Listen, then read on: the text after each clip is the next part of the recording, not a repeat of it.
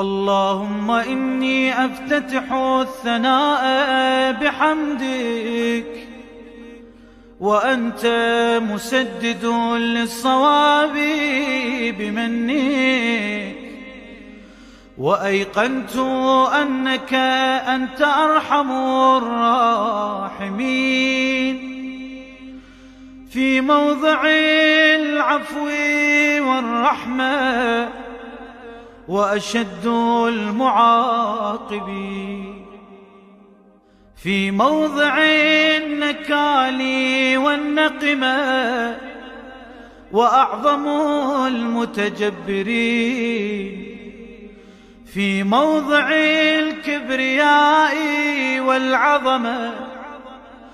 اللهم أذنت لي في دعائك ومسألتك، فاسمع يا سميع مدحتي، وأجب يا رحيم دعوتي، وأقل يا غفور عثرتي.